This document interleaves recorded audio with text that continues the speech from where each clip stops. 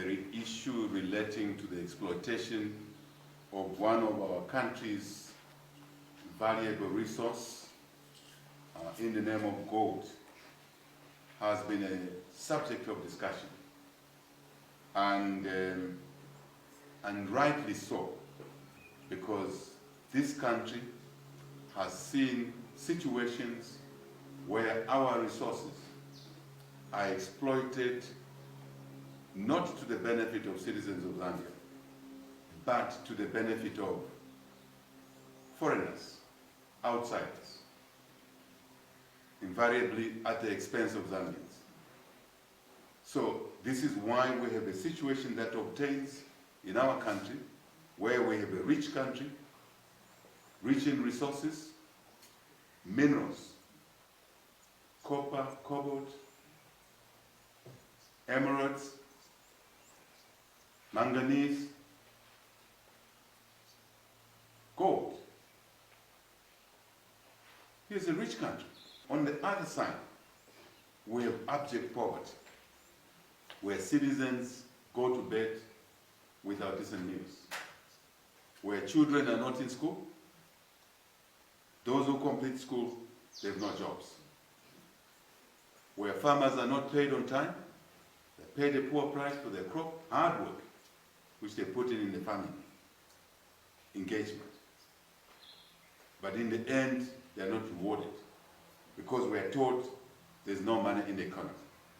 But how is it possible that there will be no money in the economy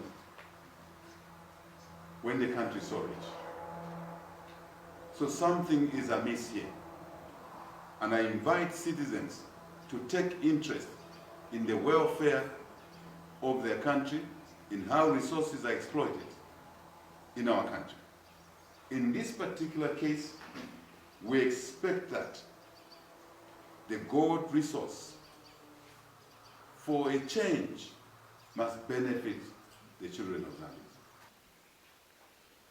Leadership, responsibility, accountability. Now we go again. We've gold. What are we hearing? What we want out of our gold?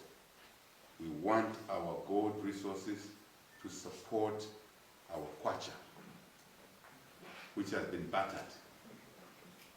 We want our gold resources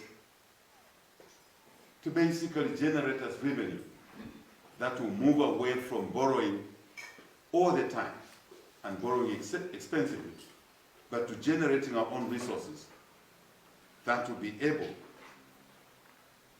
to be invested in sectors such as agriculture, such as tourism, such as manufacturing, value addition,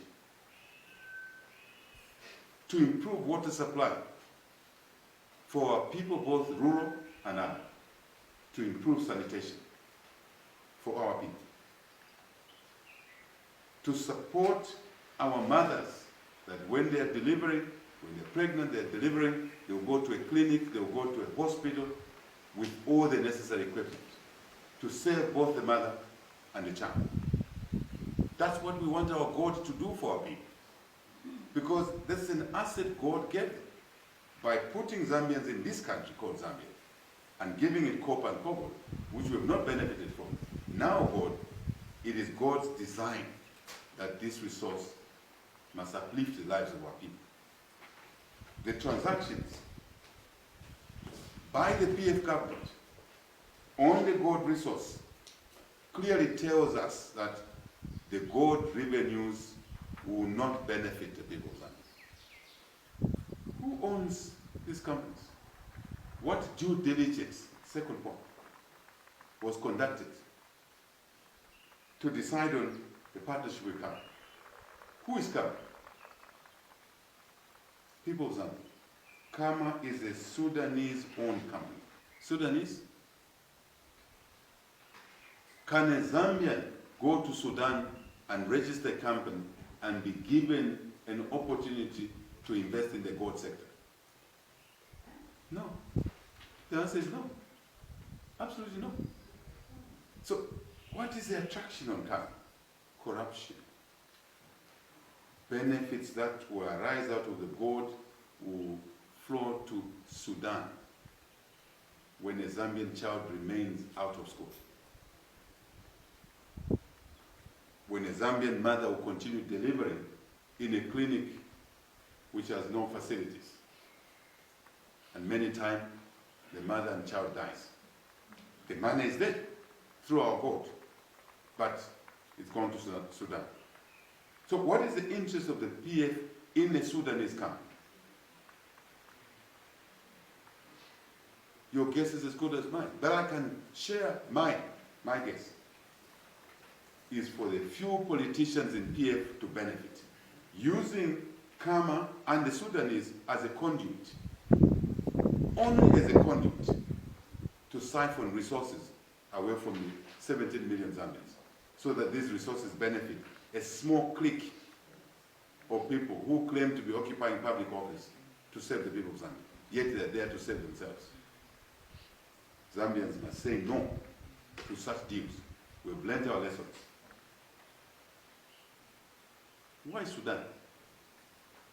A country known for its terrorism, a country known for its militias, a country in 2012, 2013, we talked about them training PF militias.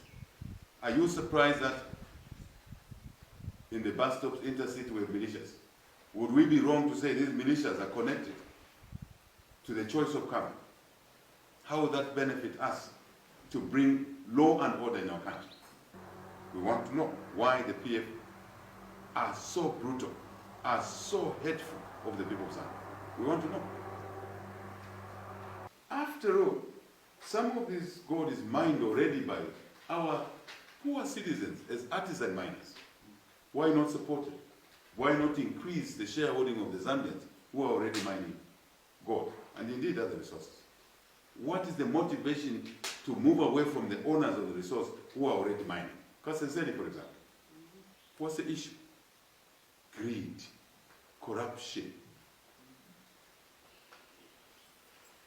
by a few who are already benefiting from taxpayers' money, who are already driving VXs owned by taxpayers who sleep hungry, who are riding planes, expensive planes. It's not just the support to the Kwacha which we are losing, because when gold is retained here and financial arrangements in terms of payments are done properly, the Kwacha will appreciate. We're not just losing that, but we're taking a risk in terms of terrorism, security of our nation. Not just Zambia, security of our region, and Africa. Not just Africa. Terrorism knows no boundaries, but the risk, security risk to the global village, to the international community. So our appeal, our demand that these transactions must be reversed, include our interest in keeping our country secure.